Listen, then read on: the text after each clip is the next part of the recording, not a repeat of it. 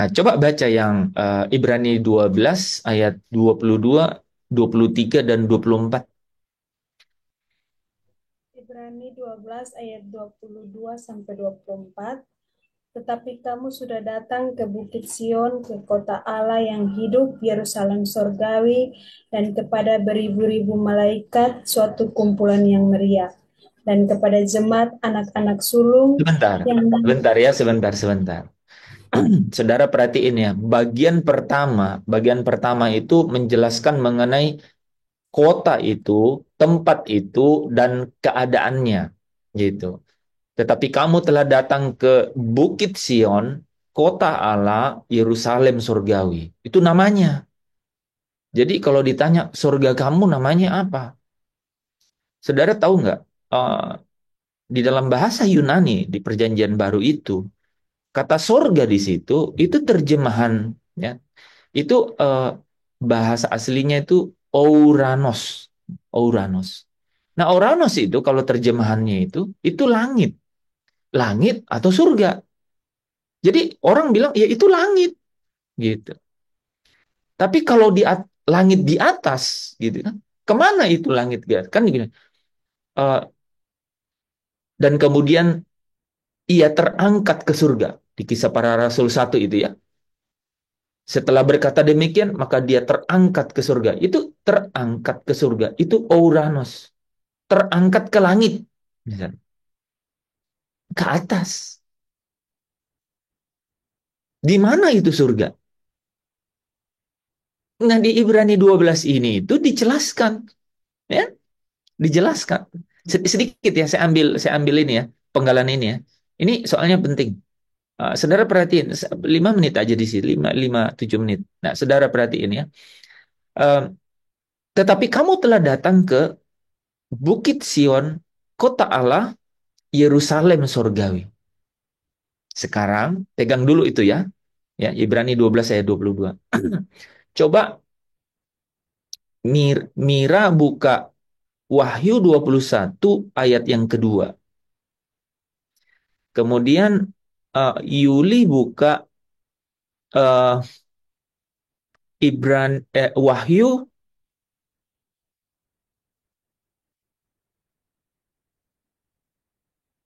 2 ayat 21.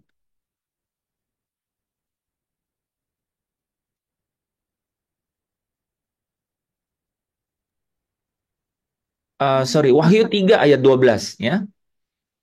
Wahyu 3 ayat 12 Yuli. Oke. Ya, kita mulai ya. Ada tiga ayat ya. Coba perhatiin saudara, Ibrani 12 ayat yang ke-22 itu tadi ya. Kamu telah datang ke Bukit Sion, kota Allah, kota Allah, Yerusalem surgawi. Ya. Nah, di Ibrani 21 ayat yang kedua berkata,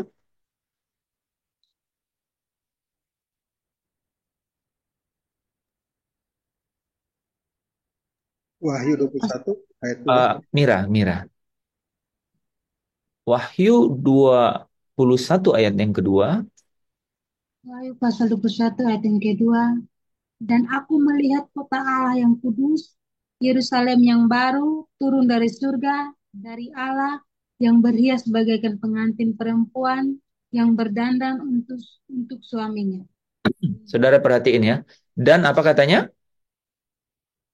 Aku melihat kota Allah, Yang kudus, Yerusalem, sorry. Dan aku melihat, kota Allah yang kudus, jadi kota Allah yang kudus, Yerusalem Yerusalem yang baru, terus turun dari lihat surga, ya, turun dari surga. Saudara perhatiin, kota itu turun dari langit, turun dari Ouranos. Ya, nanti Mas Top bisa cerita di sana. Ya, coba telaah ayat ini. Ya, itu kota itu turun dari surga, turun dari langit. Ya, turun dari langit. Jadi, dan aku melihat kota kota yang kudus, Yerusalem yang baru turun dari langit, turun dari surga.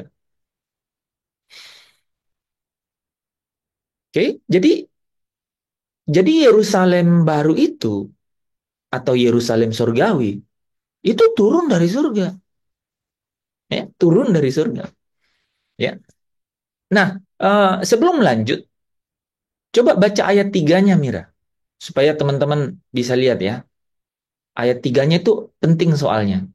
Kita pingin tahu turun dari surga ini ada apa gini. Coba ayat 3-nya apa? Ini ada kata-kata yang muncul yang berbeda. Lalu aku mendengar suara yang nyaring dari tata itu berkata, lihatlah, Kemah Allah ada di tengah-tengah manusia, dan ia akan diam bersama-sama dengan mereka. Mereka akan menjadi umatnya, dan ia akan menjadi Allah mereka. Amin. Muncul kata apa yang kira-kira menarik? Allah berdiam di tengah-tengah mereka. Sebelum itu, Kemah Allah ada di Kemah ada Allah. kemah Allah. Ini kemah Allah ini kira-kira Yerusalem yang baru nggak maksudnya ya? Dari dua ayat itu. Saya minta pendapatnya Pak Tadus, Mas To. Teman-teman yang lain mungkin silahkan nanti Nuri. Tapi Mas To sama Pak Tadus harusnya bisa punya uh, referensi yang coba baca ayat 2 dan ayat 3-nya. Kan ini, dan aku telah melihat kota Allah yang kudus, Yerusalem yang baru, turun dari surga. Sementara ayat 2-nya bilang, dan aku mendengar dari tahta, ayat 3 ya. Kemah Allah ada di tengah-tengah.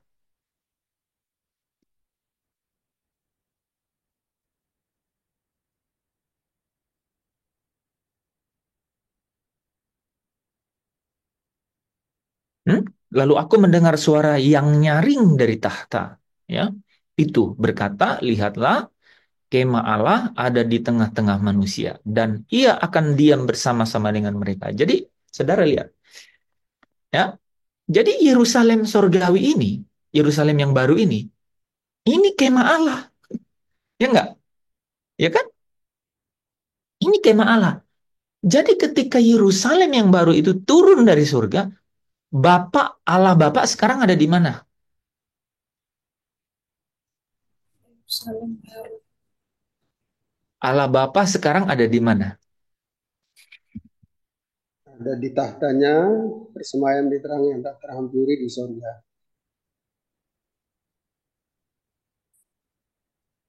Ada di tahtanya yang ada di surga. Ya, Matius 6 ayat 9. Berdoalah demikian, Bapa kami yang Yang di di surga. surga. Jadi Yesus kasih tahu kita, kasih tahu orang-orang itu bahwa Bapa itu ada di surga. Gitu.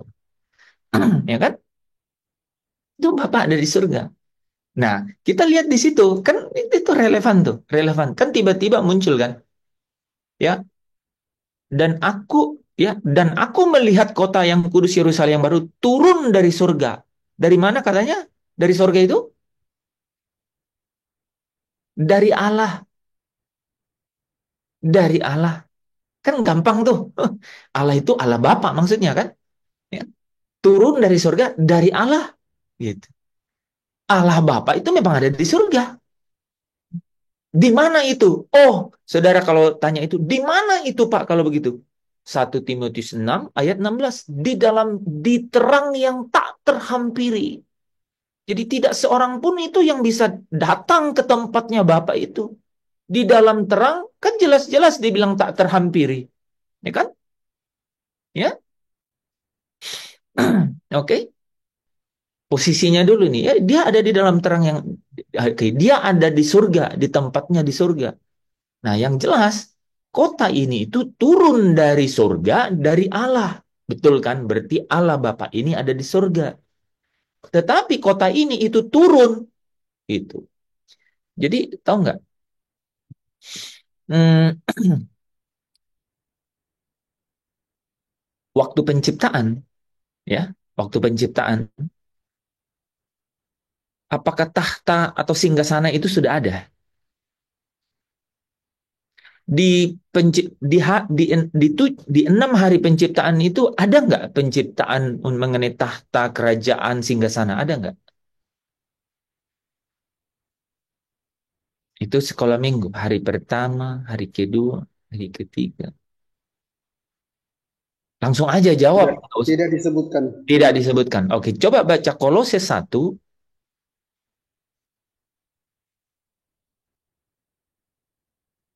ayat yang ke-16.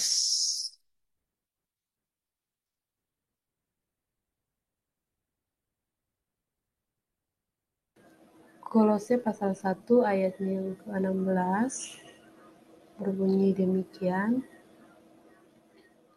Karena di dalam Dialah telah diciptakan segala sesuatu yang ada di sorga dan yang ada di bumi, yang kelihatan dan yang tidak kelihatan, baik singgasana maupun kerajaan, baik pemerintah maupun penguasa, segala sesuatu diciptakan oleh Dia dan untuk Dia. Amin. Iya, dialah di sini siapa? Karena di dalam dialah. Allah, Pak. Ayat 15-nya baca. Ayat 15-nya, Dia adalah gambar Allah yang tidak kelihatan, yang sulung lebih utama dari segala yang diciptakan. Oke, coba perhatikan. Ia adalah gambar Allah. Berarti ia di sini bukan Allah ya. Yesus. Ayat 15-nya tuh. Ia adalah gambar Allah. Nah, Yesus. karena di dalam dialah artinya Yesus kan. Artinya ketika Yesus hadir, baru ada tuh singgasana. Baru ada tuh yang namanya singgasana. Baru ada tuh yang namanya kerajaan gitu. Pemerintahan. Baru ada tuh ketika Yesus ada. Sebelumnya itu tidak ada di surga itu. Kan kelihatan di sini. Yohanes 14 ayat yang kedua dan ketiga.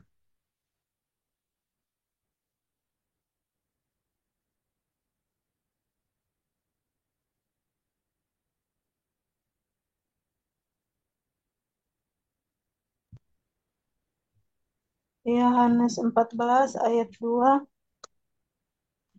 Di rumah Bapakku banyak tempat tinggal. Jika tidak demikian, tentu aku mengatakannya kepadamu, sebab aku pergi ke situ untuk menyiapkan bagimu. Ayat yang ketiga. Dan apabila aku telah pergi ke situ dan telah menyediakan tempat bagimu, aku akan datang kembali dan membawa kamu ke tempatku, supaya di tempat di mana aku berada, kamu pun berada. Demikian. Itu janji yang luar biasa ya. Itu kayak seorang kakek atau nenek kan. Dia datang ke cucunya bilang begini. Oma pergi dulu, ya kan? Atau opa pergi dulu kan gitu. Nanti sana opa mau buatin siapa kita sebut namanya siapa ya? Siapa namanya ya? Rida saja. Saya opa akan buatin Rida tuh rumah. Mungkin cukup 3 tingkat saya, tidak usah tinggi-tinggi ya. Nanti saya penuhin tuh barang-barang ini yang Rida perlu ini semua ya. Kalau sudah siap, nanti opa kembali datang untuk bawa Rida ke sana supaya di mana opa ada itu Rida ada. Itu pasti Rida bilang, papa mama saya jalan dulu ya. Coba bayangkan. Itu cerita itu begitu. Tidak tidak tidak berlebihan bercerita begitu. Itu realnya begitu. Nah, saudara tangkap nggak? Dia bilang 2 kali kata menyediakan tempat. 2 kali. Di ayat 2, ayat 3 diulang. Ya, aku ke situ untuk menyediakan tempat bagimu. Di ayat ketiga bilang, kalau aku sudah menyediakan tempat itu, aku akan datang.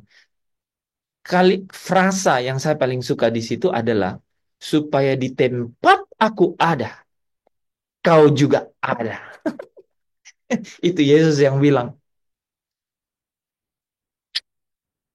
Jadi kalau kita ditanya, menurut kamu apa apa ungkapan cinta Yesus yang paling dalam, yang menurut kamu paling menggetarkan ya, eh, ruang dalam batinmu gitu, ya kan? Kalau saya jawab itu. Waduh, dia pernah bilang supaya di tempat dia ada, aku juga ada. Itu ya, one day, satu hari nanti. Saudara, tahu nggak sih? Ada cerita dalam hidup ini yang tidak dapat kita tanggulangi, yang tidak dapat kita atasi kecuali dengan jawaban itu. Dan kalau saudara mengerti ini, ayat satunya itu bilang jangan gelisah. Jangan gelisah, bayangkan nggak? Kata jangan gelisah, itu jawabannya adalah di rumah Bapakku banyak tempat tinggal. Dan aku mau supaya di tempat aku ada, kamu ada.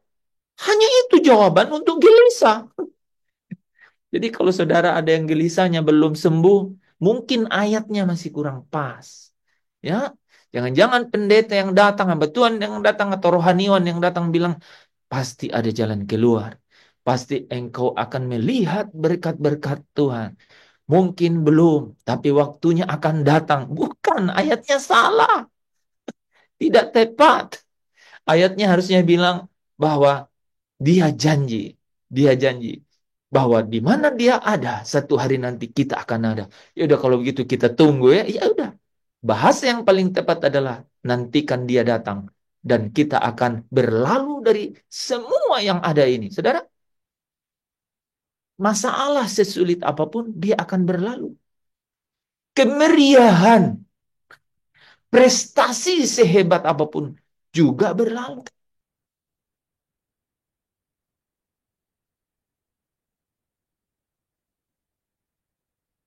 Ada banyak hal loh, ada banyak hal yang kita tuh tidak bisa atasi. Dan saya selalu ngomong ini tuh karena begini, suasana batin kita itu menjadi penting. Itu adalah inkubasi, itu adalah natur, itu adalah kodrat, itu adalah tabiat yang harus dipertahankan. Tidak mungkin ada pembaharuan pikiran, pembaharuan roh tanpa ada natur, tanpa ada kodrat, tanpa ada tabiat yang mengkondisikan perubahan atau pembaharuan itu nggak mungkin. Itu nanti kita mau lanjut itu sebenarnya kan. Tapi saya ambil sedikit di sini ya. Jadi Yohanes 14 ayat 2 dan 3 itu bilang begitu. Aku pergi menyediakan tempat. Dan kalau aku telah menyediakan tempat. Jadi dia pergi menyediakan tempat. Kebayang ya? Saudara jadi tahu sekarang Yohanes 14 ayat 2 dan 3 itu bicara mengenai Yerusalem baru. Jadi gampang kan nanyanya orang. Apakah Yerusalem baru itu udah selesai?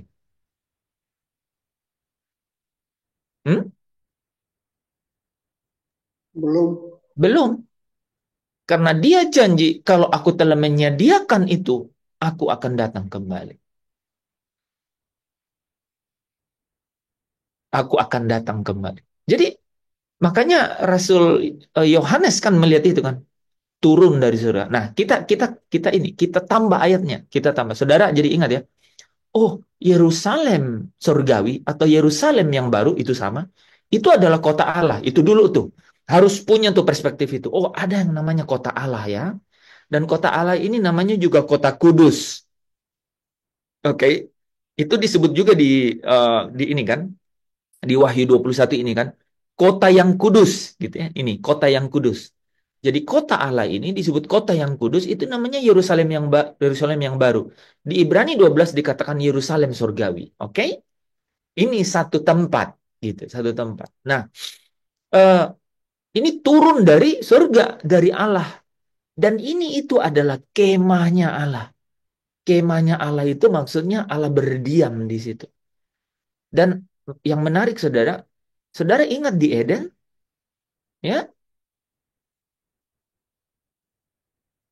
Adam itu bercakap-cakap dengan Allah di Eden, berjalan di Eden.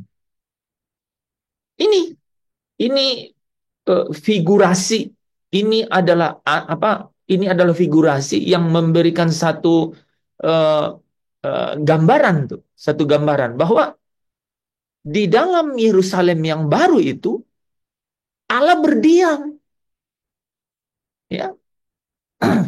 Allah berdiam. Nanti saya akan bahas paling akhir nanti, ya. Allah berdiam. Di situ dikatakan di ayat 3, kemah Allah ada di tengah-tengah manusia dan ia Allah itu akan diam bersama-sama dengan mereka. Mereka akan menjadi umatnya dan ia akan menjadi Allah mereka. Oh, luar biasa, ya. Nah, saudara perhatiin ya. Simpan itu ya. Kota Allah, kota yang kudus, Yerusalem yang baru, Yerusalem Yerusalem surgawi. Sekarang kita dengar Yuli bacain ayat ini, ya. Wahyu pasal yang ketiga tadi ya, Yuli, ayat yang ke-21, ke-12 ya. Wahyu pasal 3 ayat 12. Barang siapa menang, ia akan kujadikan soko guru di dalam bait suci Allahku. Dan ia tidak akan keluar lagi dari situ, dan padanya akan kutuliskan nama Allahku, nama kota Allahku, yaitu Yerusalem baru, yang turun dari surga dari Allahku, dan namaku yang baru. Hmm, ya. Ada yang dapat sesuatu? Ya. Ini pernah saya mau jadiin ini ya. Saya rancang jadiin nama ini nih, nama villa ya. Jadi Soko Guru di situ saudara ya. Soko Guru di dalam bait suci Allahku itu the pillars of my father house gitu ya. Nah, saudara dikatakan apa?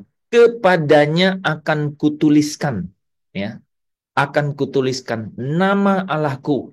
Ya, sebelum kita bahas itu coba ada yang baca dulu Wahyu 15 ayat yang pertama.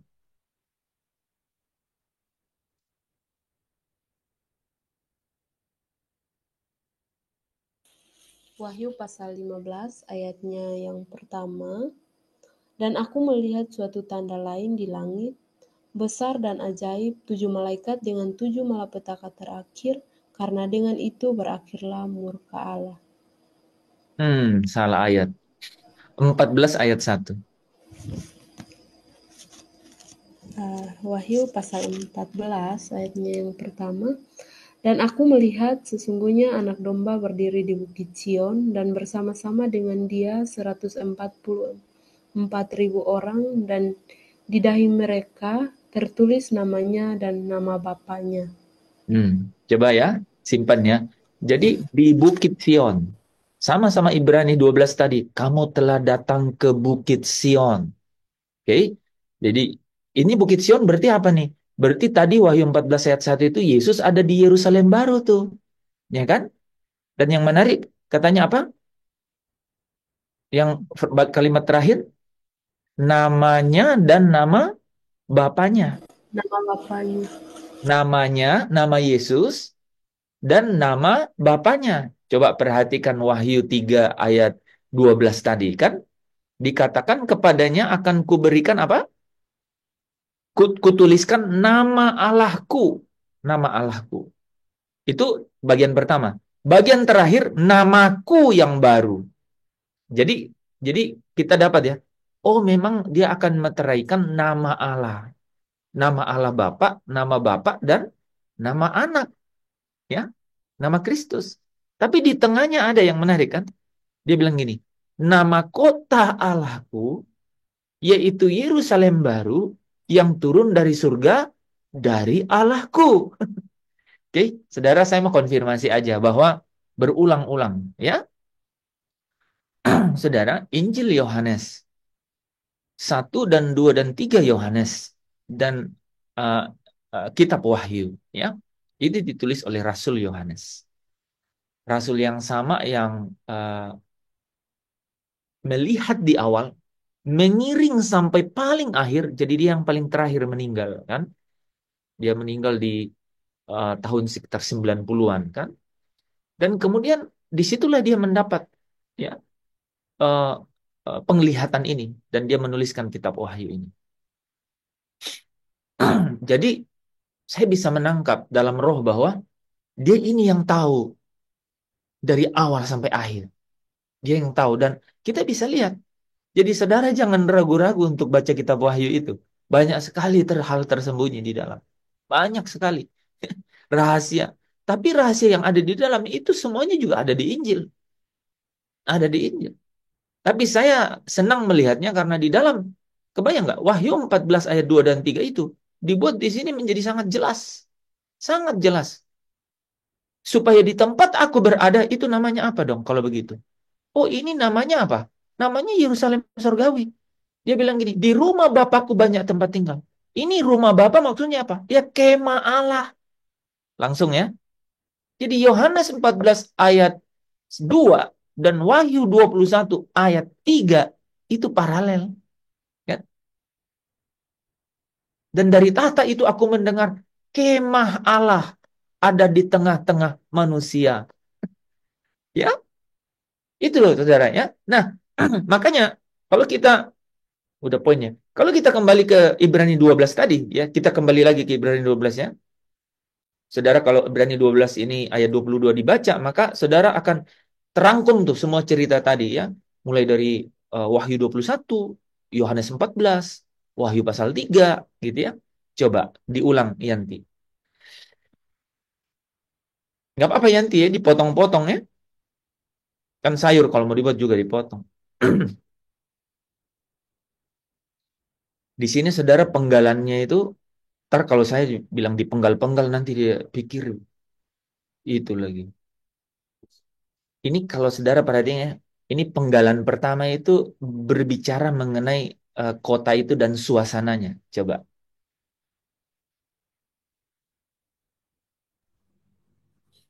Tetapi kamu sudah datang ke Bukit Sion, ke kota Allah yang hidup, Yerusalem sorgawi, dan kepada beribu-ribu malaikat suatu kumpulan yang meriah. Oke, itu ya. Jadi satu tempat kumpulan malaikat, satu tempat yang meriah. Oke? Saudara kalau mau baca, Pak, kemeriahannya kayak apa? Nanti kamu baca Wahyu 21 mulai 4 sampai ke bawah. Itu kemeriahannya kayak gitu. Oke? Ya, makanya ini tuh ayat itu saya suka banget karena ini kayak kesimpulan kemana kita akan berakhir, ya. Eh, apa eh, kapal kita ini berlayar. Berakhirnya di mana sih? Ini nyampe ke kota Allah namanya. Saudara tujuannya kemana? Saya ke kota Allah. Jadi kalau ada orang yang sudah jarang sudah sangat latah ngomong surga, saudara kalau ditanya, kamu tujuan hidup kemana sih? Saya ke kota Allah. Atau kalau dia terlalu awam, saya sedang mencari satu kota. Ya, oke, supaya kita nggak ketinggalan ayatnya, coba baca dulu. Ya, ini ayat Pak Tadus. Ibrani 13 ayat 14. Ini ayat saya sama Pak Tadus. Sama Pastor Lep persis juga sih sebenarnya. Kalau ada Ibrani yang mau ikut, kita semua. Wahyu 13 ayat 14. Yanti tetap di situ. Jangan kemana-mana. Yanti di situ. Karena kita mau berakhir di situ. Nanti benar-benar kita akan berakhir di situ. Nanti kita loncat dengan sambungan kita tadi malam. Ada di mana nih? Gitu. Ada di mana nih penggenapan hukum Taurat? Di sini tuh jadi clear. Karena saudara nanti saya bawa benar-benar. Saudara perhatiin ya. Ya jangan dulu ya. Jangan dulu ya. Ini ayat 22 itu pakai kata tetapi di depannya. Berarti pasti ada keadaan yang sebelumnya yang kontradiktif. Ayo Pak Tadis. Ibrani 13:14. Dengar baik-baik. Ibrani 13 ayat Nah, 14. Sebab di sini kita tidak di mempunyai sini di bumi ini, saudara. Di sini di bumi ini. Silakan Pak. kita tidak mempunyai tempat tinggal yang tetap. Kita mencari kota yang akan datang. Udah selesai. Ya, Udah, ya, teman-teman udah selesai. Jangan pikir mau dengar lagi. Itu udah selesai. Itu ayat sudah selesai. Di sini kita tidak punya tempat tinggal tetap. Kita sedang mencari satu kota. Oke? Itu semboyan hidupmu. Alkitab tulis real. Ini ya kalau saudara mau bersuka cita dalam hidup, ya harus seirama dengan firman-Nya. Ya, sebenarnya kalau kita mikir-mikir ya, itu kan Yesus bilang sama murid-muridnya kan, kamu tidak dari sini. Ya, Petrus masih bilang, kapankah engkau di Kisah Para Rasul ya? Maukah engkau katanya apa? Apa dia bilang? Membebaskan gitu ya. memulihkan keadaan di sini. Memulihkan kerajaan. Jadi Petrus sebelum Roh Kudus turun dan memenuhi dia masih berpikir duniawi. Itulah kenapa Yesus bilang, adalah lebih baik aku pergi, karena kalau aku tidak pergi, maka dia, roh itu tidak akan datang. Apa gunanya? Kita bisa lihat di Petrus. Ya. Petrus nggak punya transformasi yang sempurna dalam hidupnya kalau Roh Kudus tidak tercurah atas hidupnya. Nggak bisa. Nah, makanya kita bersuka cita hari ini. Wah, tidak sekolah teologi ya, bisa baca Alkitab, bisa mengerti, dapat pewahyuan. Roh Kudus, ya, yang tolong orang, ya, kan? Itu kan, kebayangkan itu. Ya.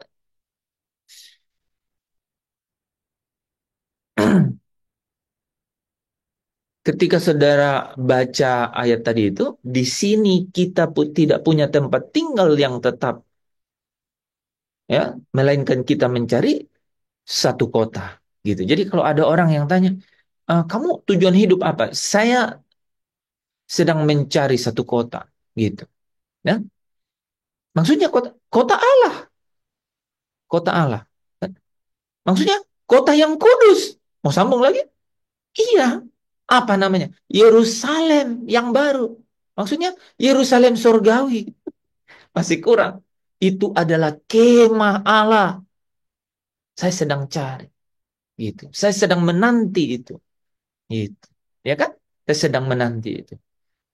Emang seperti apa sih? Suatu keadaan yang meriah. Kan? Ada kumpulan malaikat gitu. Nah, saudara jangan berpikir. Nah, inilah bedanya nih. Nih, saudara ya.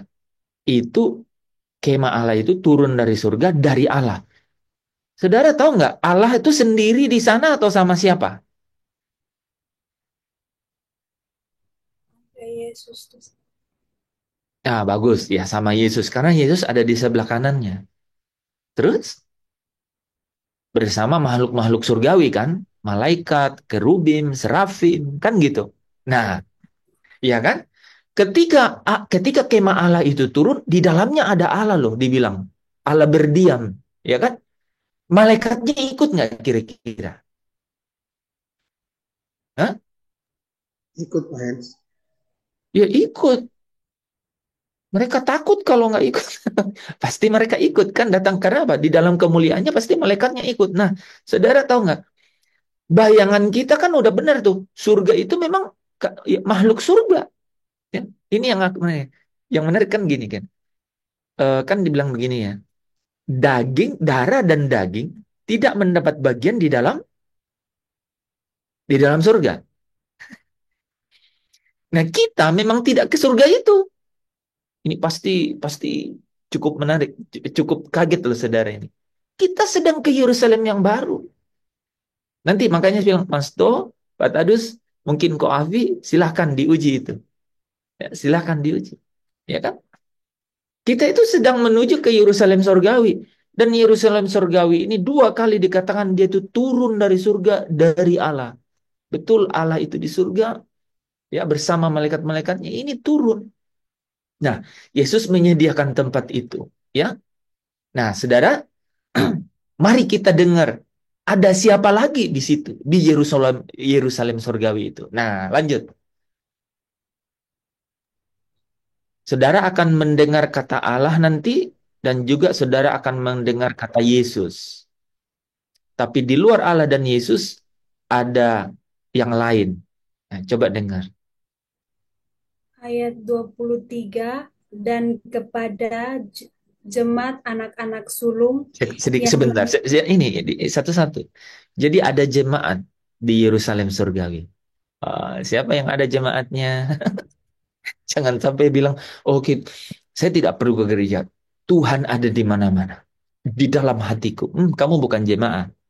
Kau tidak ada di Yerusalem surgawi. Itu jawaban loh, saudara. Ada nih, ya ada banyak ya saya dengar, tapi saudara saya sendiri. Dia, dia nggak ke gereja, saudara jauh ya. Nggak ke gereja. Dia bilang, Tuhan ada di sini. Saya bilang, oke, Tuhan ada di situ, tapi Tuhan mau supaya kau ada di satu tempat nanti. Nah, di sini, ya, di situ dikatakan apa? Jemaat anak sulung. jemaat anak sulung. Saudara kalau catat angka frasa jemaat anak sulung, itu saudara bisa link dengan Roma 8 ayat 23. Saudara dan saya mendapat karunia sulung roh. Bicara mengenai anak sulung, bicara mengenai janji. Gitu. Nah, orang-orang yang mau ke sana itu yang namanya jemaat anak sulung pasti awal dari perjalanan kehidupannya itu adalah mendapat yang namanya karunia sulung roh. Gitu kan? Roma 8 ayat 23. Oke. Lanjut Yanti. Jadi ada jemaat di sana. Lanjut. Udah keringatan Yanti. Silakan.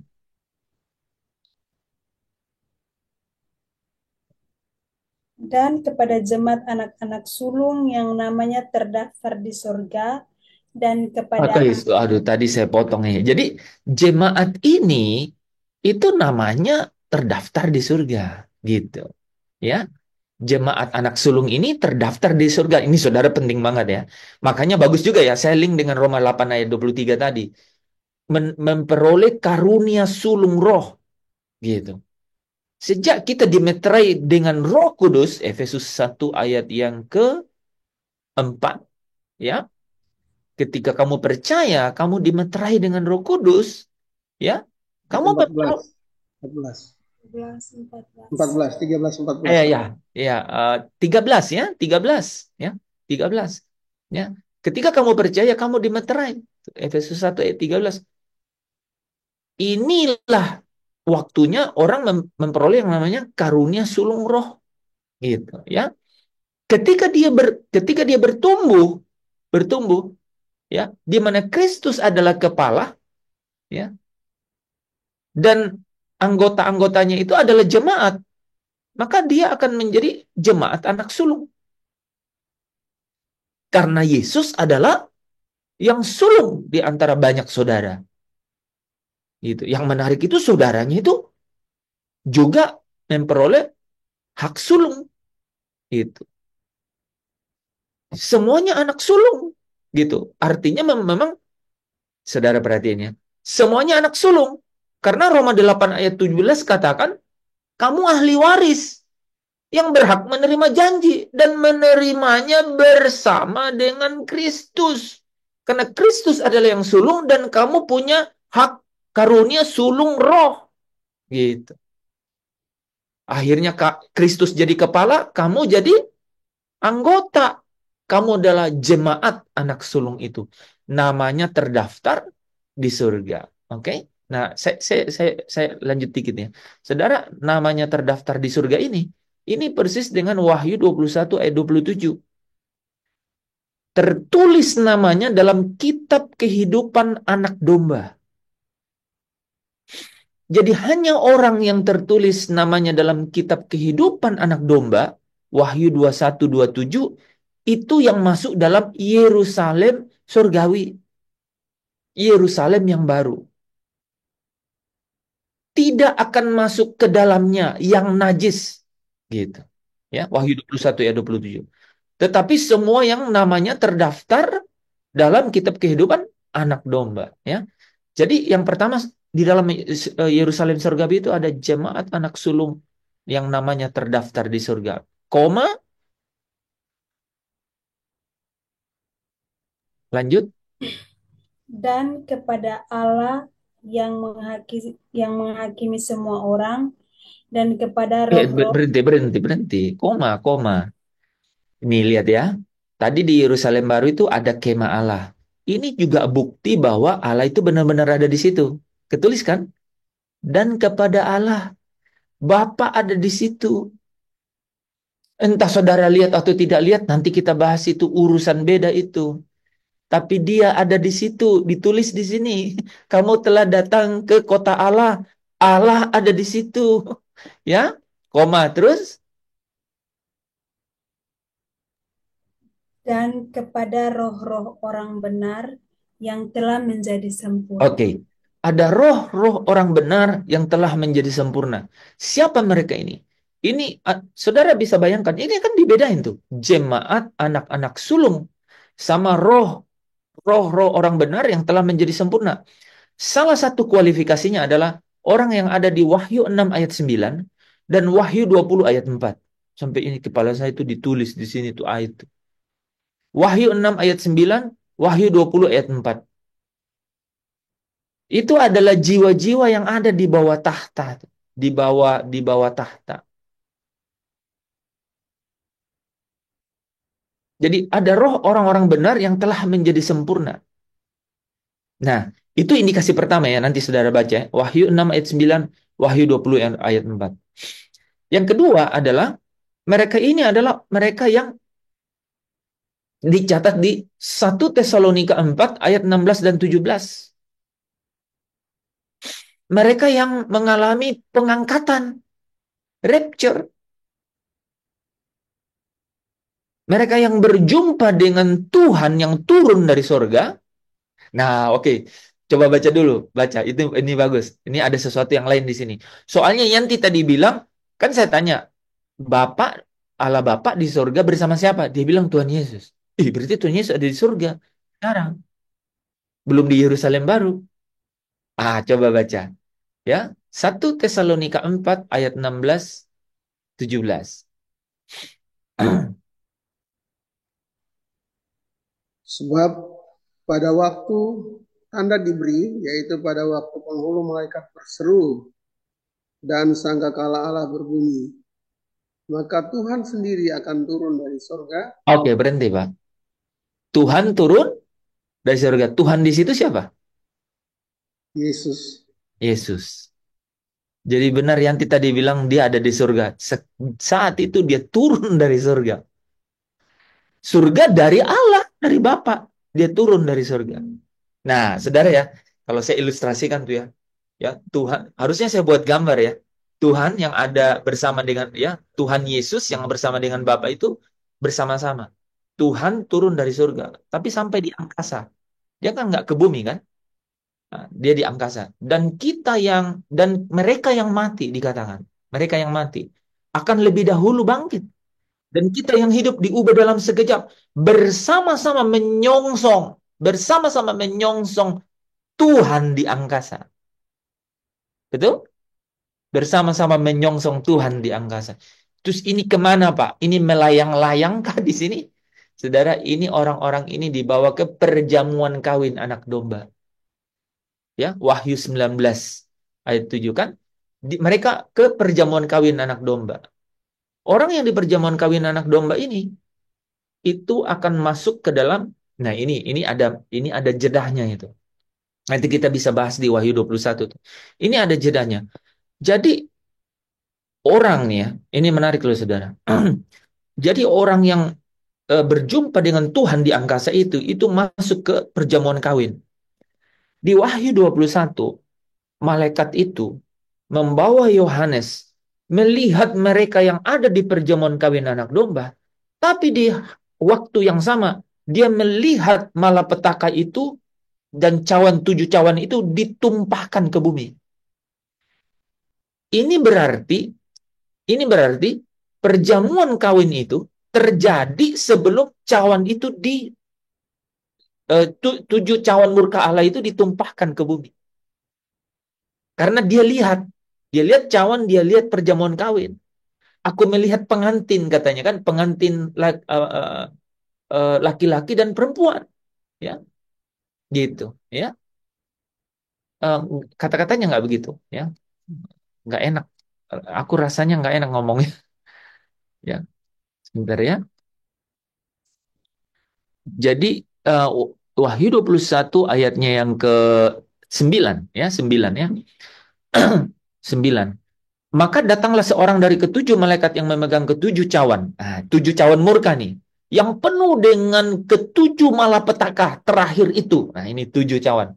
Saudara, sebelum saya lanjut, saudara, ada 7 materai. Ada 7 materai. Materai yang terakhir itu terdiri dari 7 sangkakala. Dan sangkakala terakhir itu adalah 7 cawan murka atau 7 malapetaka.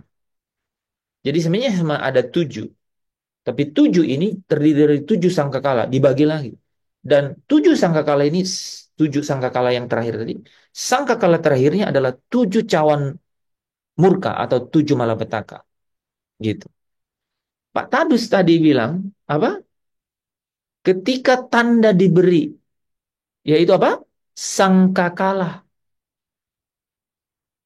Kalau di 1 Korintus 15, kalau nggak salah ya, itu dikatakan nafiri terakhir. Itu sama tuh ayat itu, nafiri terakhir. Jadi nafiri terakhir atau sangkakala terakhir itu tadi tuh, 7 materai, ini materai yang ketujuh. Ini ada 7 sangkakala. Nah, sangkakala 1, 2, 3, 4, 5, 6. Sebelum yang ketujuh, nah di sini kan poinnya di sini. Ketika Rasul Yohanes dibawa, dia melihat malaikat yang megang 7 cawan itu. 7 cawan. Oke. Di sangkakala terakhir katanya, nafiri terakhir, itu Tuhan turun dari angkasa dan kemudian berjumpa di angkasa dengan orang-orang yang diangkat. Saya baca terus ya. Lalu ia berkata kepadaku, si malaikat ini. Lalu ia berkata kepadaku, kepada Rasul Yohanes. Katanya, saya coba kayak mengikuti yang malaikat ngomong ya. Dia bilang, marilah ke sini. Aku akan menunjukkan kepadamu pengantin perempuan. Nah, makanya aku bilang kata-katanya kayak nggak sama gitu dengan ayat. Makanya lebih di sini bilang pengantin perempuan. Siapa pengantin perempuan di sini? Siapa pengantin perempuan di sini? Jemaat anak-anak sulung gereja kita yang diangkat tadi. Yang diangkat tadi, Pak, kan? Pengantin perempuan di sini adalah orang-orang yang tadi terangkat itu ke angkasa dan dibawa ke perjamuan kawin. Dia melihat pengantin perempuan itu, ya, pengantin perempuan yaitu mempelai anak domba. Dia melihat, ya. Nah, saya baca ayat 10. Lalu di dalam roh ia membawa aku ke atas sebuah gunung. Sebuah gunung. Nih, ini menarik loh, Saudara. Jadi dia lihat mempelai perempuan yaitu pengantin perempuan, pengantin perempuan yaitu jemaat tadi atau orang-orang yang terangkat tadi. Dialah ini mempelai anak domba. Dia lihat gitu. Mari lihat sini, aku akan menunjukkan kepada pengantin perempuan mempelai anak domba. Lalu di dalam roh ia membawa aku ke atas sebuah gunung. Jadi keadaan yang berbeda loh.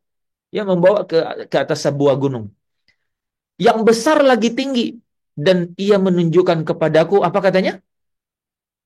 Kota yang kudus itu, jadi kota yang kudus itu yang dijelaskan di ayat di atas, Yerusalem turun dari sorga dari Allah. Saudara bayangkan nggak peristiwanya? Hah? Peristiwanya bayangkan nggak? Di sana itu ada Yerusalem baru turun dari surga dari Allah. Dari Allah. Yesus nggak ada di situ. Yesus ada di sini. Yesus turun dari surga. Turun dari surga. Jadi Allah itu turun di sini bersama Yerusalem baru. Yesus turun di sini. Tapi sampai di angkasa. Menyambut orang-orang ini. Ya kan? Masuk ke dalam perjamuan kawin. Di situ tunggu. Ini juga Yerusalem ada di sini. Di sini tunggu. Dia melihat cawan itu ditumpahkan. Saudara tahu kan? Setelah cawan ditumpahkan, maka ada pengadilan tahta putih. Wahyu pasal 20 ayat 11 sampai 15. Kan? Bapa sendiri yang akan mengadili penghakiman tahta putih, penghakiman Allah.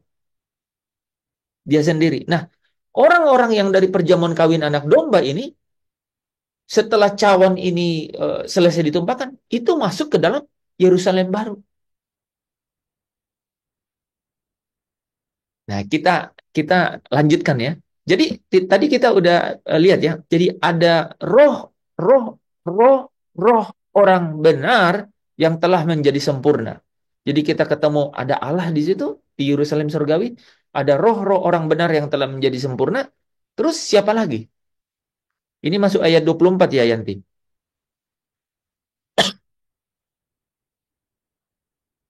Iya, Bapak. Ya, saudara perhatikan ayat 24. Tersisa satu orang. Kira-kira siapa nih yang ada di Yerusalem surgawi? Dan kepada Yesus Yesus. Oke. Ya udah sampai situ aja, karena belakangnya itu udah nggak terlalu nyambung. Ya. Dan kepada Yesus, saudara di Yerusalem surgawi itu ada ribuan malaikat. Yang kedua ada jemaat anak sulung. Yang ketiga Allah sendiri ada di situ. Yang keempat roh-roh orang benar yang telah menjadi sempurna. Yang kelima ada Yesus. Supaya kita lebih clear, baca Wahyu 21 ayat 22 ayat yang ke-1 dan ketiga. Wahyu 20 eh, oh iya ya. Oke, baca dulu itu Yanti. Ya, itu sampai situ sebelum darah Habel itu ya. Nah, coba ayat 24 teman-teman perhatiin. Dan kepada Yesus pengantara perjanjian baru Ya, dan ya kepada itu aja, di situ aja. Jadi kepada Yesus pengantara perjanjian baru. Jadi ditulis itu, pengantara perjanjian baru. Nanti kan kita mau balik ke situ. Nanti kapan ini? Udah tinggal 8 menit. Ya, pengantara perjanjian yang baru. Ini balik nanti ke situ ya. Tapi kita udah selesai di sini ya. Selesai, ini selesai ya. Tadi aku mau kemana tuh? Wah, oke, iya baca satu ayat dulu. Wahyu 21 ayat 1 sama 3. 21 atau 22? Sorry, 22. Satu sampai 3 aja. Ini udah lewat tuh saudara, udah Yerusalem baru, orang-orang udah pada di situ, keadaan yang digambarkan di Ibrani 12 tadi ayat 22 sampai 24 udah settle. Sekarang Wahyu 22 itu Rasul Yohanes lihat apa? Lalu ia menunjukkan kepadaku sungai air kehidupan yang jernih bagaikan kristal dan mengalir keluar dari tahta Allah dan tahta anak domba itu. Jadi ada tahta Allah dan tahta anak domba itu. Di tengah-tengah jalan kota itu, yaitu di seberang menyeberang sungai itu, ada pohon-pohon kehidupan yang berbuah 12 kali, tiap-tiap bulan sekali. Dan daun pohon-pohon itu dipakai untuk menyembuhkan bangsa-bangsa. Maka tidak akan ada lagi laknat. Tahta Allah dan tahta anak domba akan ada di dalamnya dan hamba-hambanya akan beribadah kepadanya. Lanjut Pak ayat 4. Dan mereka akan melihat wajahnya dan namanya akan tertulis di dahi mereka. Dan mereka akan melihat wajahnya. Ya. Jadi ayat 1 dan 3 ada tahta Allah dan tahta anak domba. Saudara kalau ingat sungai air kehidupan, Yesus bilang kepada perempuan Samaria itu, air yang kuberikan tidak akan buat kau haus lagi. Tetapi ini akan menjadi mata air yang akan terus memancar sampai kepada hidup yang kekal. Yesus mau bilang, yang akan terus mengalir sampai engkau melihatnya itu mengalir dari tahta Allah. Jadi sungai air kehidupan itu nyampe di situ. Dan itu sebenarnya dia berbicara mengenai apa? Mengenai Roh Kudus. Yang dia maksudkan adalah Roh Kudus. Ya kan? Roma 8 ayat 37 kalau nggak salah ya. Aliran-aliran air hidup itu yang dia maksudkan adalah Roh Kudus itu. Matius 7 ayat 37. Enggak Pak, di Yohanesnya. Yohanes 7 ayat 37 38. iya ya. Ya kan? Nah, jadi yang dimaksudnya adalah Roh Kudus. Jadi kalau kita bilang Roh Kudus itu ada di mana? Di situ. Itu sungai air kehidupan itu. Ya. Nah, dan ayat yang keempat dan mereka akan melihat dia dan mereka akan melihat dan mereka akan melihat wajahnya. Kalau ingat Paulus bilang di 1 Korintus 13 ayat 12, sekarang ini aku hanya melihat dia dalam apa samar-samar, tetapi satu hari nanti aku akan melihat dia muka dengan muka. Muka dengan muka itu wajah. Jadi Wahyu 22 ayat 4 bilang dan mereka akan melihat wajahnya. Itu ada lagunya kan? Itu, melihat wajahnya. Itu hal yang paling dirindukan Selain kita ada di tempat di mana dia ada, itu adalah dapat melihat wajah Tuhan. Kan gitu. Nah, saudara, balik ke sini ya. 4 menit terakhir lah. Ya. Aku mau nyambungin sama yang tadi malam. Ya. Yesus menggenapi semua ganjaran terhadap pelanggaran terhadap hukum-hukum Taurat. Yesus menggenapi itu. Sehingga dikatakan hukum ini tidak lagi berlaku, hanya berlaku sampai zaman Yohanes. Hanya berlaku sampai zaman Yohanes, kan? Lukas 16:16, Matius 11 ayat 12 sampai 13. Hanya berlaku sampai zaman Yohanes. Tapi Matius 5 ayat 18 bilang, tidak ada satu iota pun akan hilang sebelum langit dan bumi ini lenyap. Kan sebelum semuanya itu terjadi. Nah, betul itu terjadi. Dan kalau terjadi berarti digenapi. Dia hanya mau bilang ayat Matius 5 ayat 18 itu, kalau tidak digenapi, bumi dan langit ini tidak akan sampai bumi dan langit ini lenyap, itu tidak boleh hilang. Artinya harus digenapi. Nah, Yesus menggenapinya dengan cara apa? Hukum Taurat tidak berdaya terhadap daging. Keinginan-keinginan daging tidak takluk pada hukum Taurat. Kan? Roma pasal 7, Roma pasal 8. Kan? Tidak takluk. Sehingga apa? Roma 8 ayat 3 bilang, Allah mengutus anaknya ke dalam daging. Kan? Ke dalam daging. Yang serupa dengan daging, yang dikuasai dosa oleh dosa, sehingga ia, Allah itu, menjatuhkan hukuman atas dosa dalam daging. Supaya semua perintah dan ketetapannya, semua ganjaran terhadap pelanggaran terhadap hukum itu yang adalah kutuk, itu dijadikan kutuk bagi Kristus. Dan Kristus menanggung itu. Maka Efesus 2 ayat berapa? 15 ya, kalau nggak salah. Itu yang dikatakan Yesus membatalkan hukum Taurat. Artinya dia menggenapi. Artinya semua ganjaran atas pelanggaran kepada perintah itu ditanggungkan kepadanya. Ditanggung kepadanya.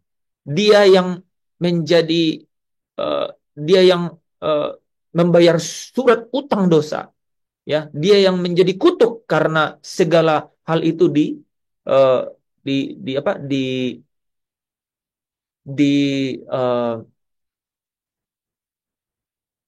dikenakan pada dirinya.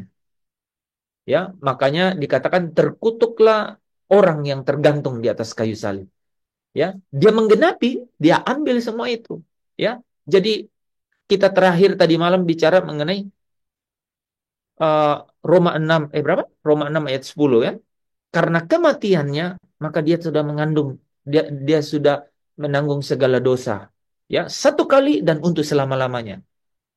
Kemudian berapa? 2 Petrus 3 ayat 18 ya kalau nggak salah ya. Atau 1 Petrus, 2 Petrus 3 ayat 18 kan. Dia mati satu kali.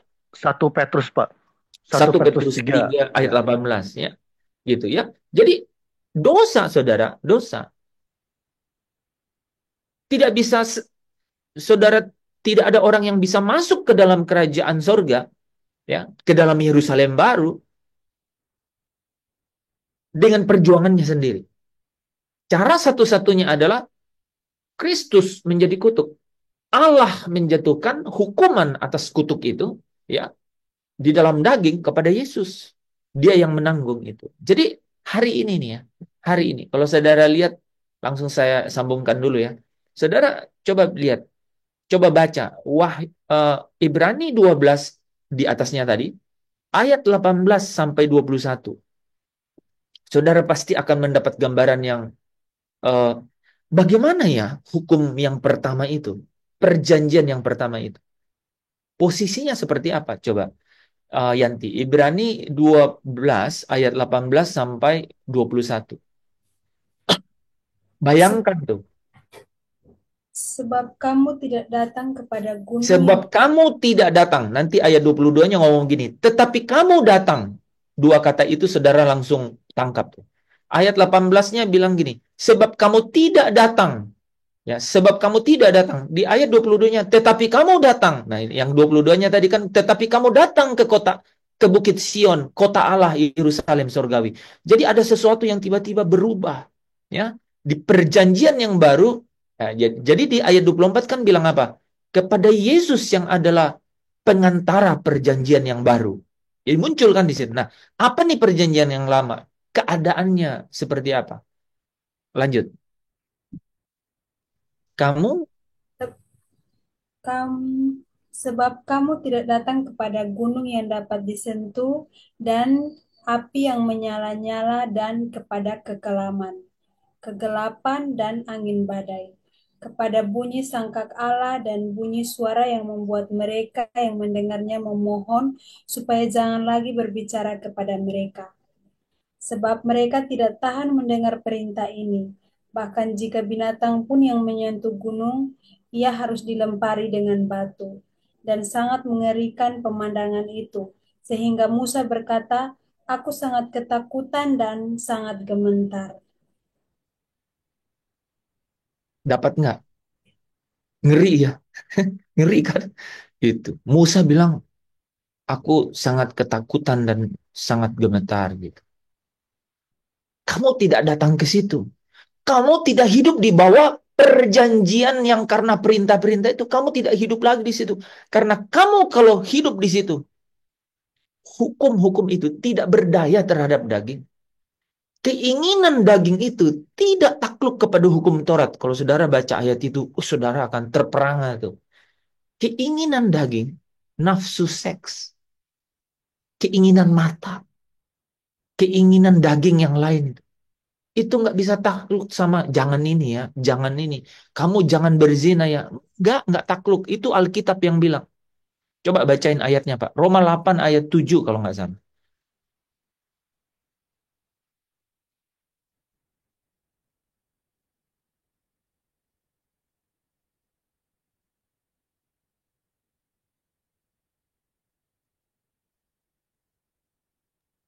Sebab keinginan daging adalah perseteruan terhadap Allah, karena ia tidak takluk kepada hukum Allah.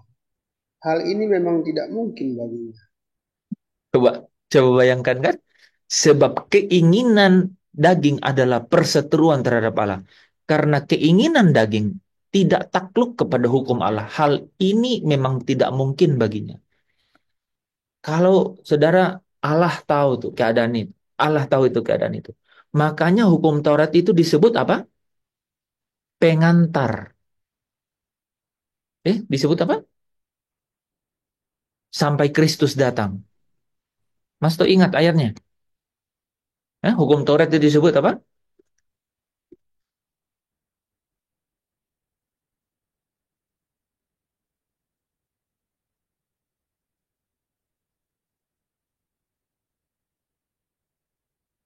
Itu itu ayat kesimpulan tuh.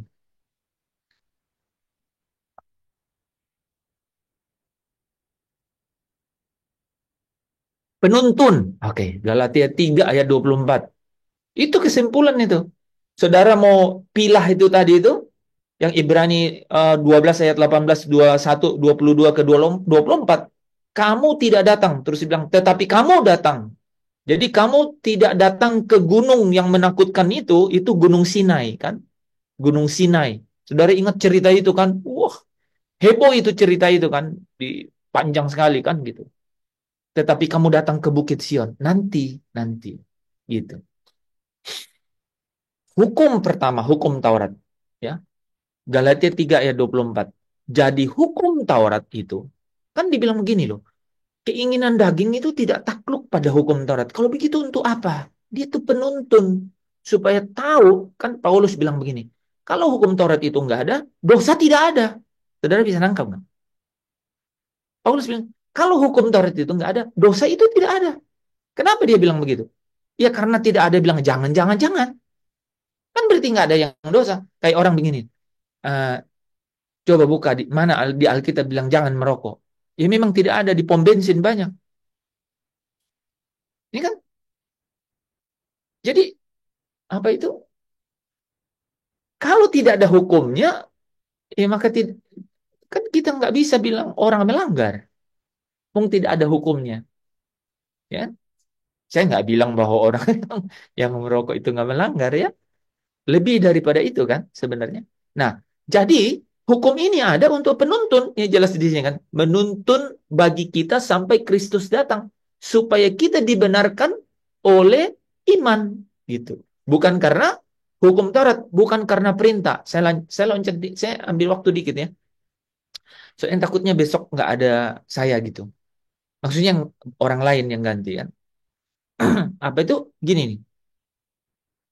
Kita sering bilang begini nih. Ini kalau saya ke gereja, saya jadi WL, atau saya eh, ambil sekolah teologi ya, atau saya doa nih pagi-pagi sebelum berangkat, saya akan diberkati. Enggak. Ini kalau saudara punya pola pikir kayak gini, ini pola pikir perjanjian yang lama. Pola pikir perjanjian yang baru gimana? Kau itu anak. Kau itu anak. Anak itu adalah ahli waris. Identitasmu itu baru di dalam Kristus. Kau baca Alkitab bukan Tuhan tambah sayang. Enggak. Kau doa, saya langsung simpulin ya. Kau taat tidak membuat Tuhan itu semakin sayang sama kamu. Sekalipun kau tidak taat, Tuhan itu sudah sayang sama kamu. Sebelum kau berdosa, dosamu sudah ditanggung. Saya tutup pakai itu.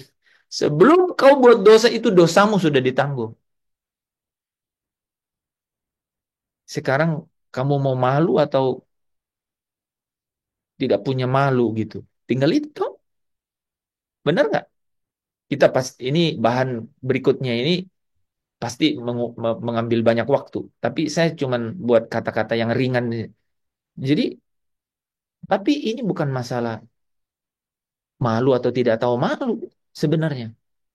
Karena saudara kalau lihat pesan terakhir Rasul Yohanes, pesan terakhir dari Bapa yang diberikan kepada Yesus, yang Yesus melalui malaikat-malaikat disampaikan kepada Rasul Yohanes, itu menarik. Ada delapan kata itu di dalam kitab Wahyu. Barang siapa menang. Saudara bayangkan kan? Ini dia ngomong kepada jemaat loh. Barang siapa menang. Jadi kalau ada pemenang, berarti ada apa? Ada mahkota. Perlombaan, Pak. Ada perlombaan. Ada pertandingan. Nggak mungkin nggak ada kan? Berarti sekalipun kita ini dosa. Jadi saudara harus ingat ya, harus terpisah. Kau taat. Ini ketaatan kita tidak membuat Tuhan kemudian memberkati kita. Itu yang di Ibrani 18 tadi itu. Kamu tidak datang ke Gunung Sinai yang diikat semua dengan aturan-aturan. Orang ahli-ahli, orang Yahudi yang tidak ikut Yesus, gitu ya. Orang Yahudi yang tidak percaya kepada Yesus. Itu adalah orang Yahudi yang punya mentalitas bahwa apa? Dengan ketaatannya, ketaatnya, dia dapat masuk ke dalam hidup yang kekal. Percakapan pemuda yang kaya itu dengan Yesus membuat dia pergi dan meninggalkan Yesus, gitu. Ya, karena dia tidak dapat menangkap gitu apa yang Yesus mau sampaikan kepada dia. Dia tetap berpegang pada karena ketaatannya. Saudara, kan kita banyak begitu, punya pola pikir begitu. Itu yang saya mau sampaikan sebenarnya. Karena itulah cara kehidupan kerajaan Allah. Tidak karena ketaatanmu sehingga kau memandang Tuhan itu akan baik terhadapmu. Engkau baik tidak membuat Tuhan jadi baik terhadapmu. Bukan. Dia sudah mengampuni dosamu sebelum kau buat dosa. Itu paling dasar. Dia sudah memberkati engkau sebelum engkau taat. Jadi sekarang apa kalau begitu? Ini bicara mengenai perlombaan, Pak. Ini mengenai perlombaan, Bu. Ini mengenai pertandingan. Sehingga muncul kata barang siapa menang. Ya, hanya kepada orang-orang yang menang, makanya di Wahyu 21 ayat yang ke-8, yang ke-7 kalau nggak salah ya, 7 apa 8 ya. Yang ke-7 ya. Ini saya langsung tunjukkan ya, tapi nanti kita akan bahas mungkin sepintas aja nanti ya. Ya. Ini ada ucapan kepada 7 jemaat kan? Ya, barang siapa menang? Barang siapa menang? Ya, ada 7. 1, 2, ya, 3, 4, 5, 6, 7. Yang ke-8 itu menyimpulkan nih. Saudara kalau lihat yang ke-8 nih. Nih, saya tandain. Cuman satu baris. Barang siapa menang, ia akan memperoleh semuanya ini. Dan aku akan menjadi Allahnya, dan ia akan menjadi anakku. Ini kata ini muncul. Ya, muncul. Anak-anak Allah. Ya, kalau saudara ingat tadi di ayat yang ke Wahyu 21 ayat yang ketiga, dibilang apa? Mereka dan ia akan menjadi Allahnya dan mereka akan menjadi umatnya. Masih pakai kata umat. Tapi orang yang umat itu kaitannya sama jemaat. Tapi orang yang menang itu kaitannya dengan dia itu anak, ya kan? Barang siapa menang. Mungkin sampai situ dulu ya. Ini lewatnya udah jauh sekali, ya. Uh, tapi kita akan lanjut dulu situ nanti, ya. Nanti baru kita masuk ke dalam.